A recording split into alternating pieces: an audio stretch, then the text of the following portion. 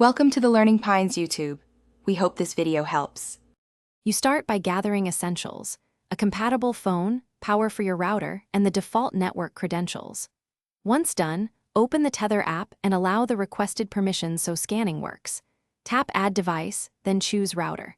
Make sure to connect your phone to the router's default SSID before you continue, because the app pairs via local Wi-Fi and Bluetooth. This first pairing establishes trust and gives the app the access it needs to push configuration settings. Once paired, you configure core settings. You will rename the SSID and pick a strong WPA2 or WPA3 passphrase so neighbors can't join. This secures traffic immediately. Then change the router admin account to a unique username and password so remote changes are blocked.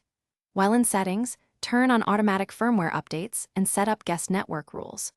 Also prioritize devices if you need steady bandwidth for video calls. These steps lock down access and improve reliability for everyday use.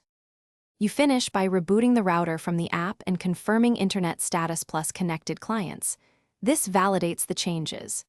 If the app fails to find the router, make sure Bluetooth and location are enabled, retry pairing, or temporarily connect your phone to the router's hotspot so the app can reach it. If nothing works, perform a factory reset as a last resort and reapply the settings you saved. This step restores pairing and solves most stubborn connectivity or credentials. Thanks for watching. Consider subscribing if we helped you.